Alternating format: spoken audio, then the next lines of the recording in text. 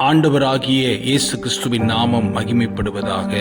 இந்த நாளுக்கான தேவனுடைய வார்த்தை, நீ பயப்படாதே, உனக்கு வேண்டியபடியெல்லாம் செய்வேன். ரூத்தின் புஸ்தகம் 3ஆம் அதிகாரம் 11ஆம் வசனம்.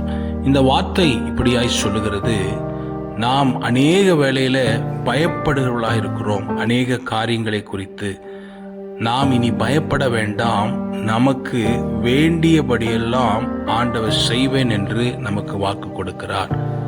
இந்த வார்த்தையை கேட்டுக்கொண்டிருக்கிற நீங்கள் அநேக காரியங்களை குறித்து கலங்கி பயந்து கொண்டிருக்கிறீர்களா? இந்த வார்த்தையின்படி ஆண்டவர் நம்மை தேற்றுகிறார். நமக்கு வேண்டியபடியெல்லாம் ஆண்டவர் செய்வேன் என்று வாக்கு கொடுக்கிறார். இந்த வார்த்தையின்படி கர்த்தர் உங்களுக்கு வேண்டியவைகளை கர்த்தர் செய்வாராக. ஆமென்.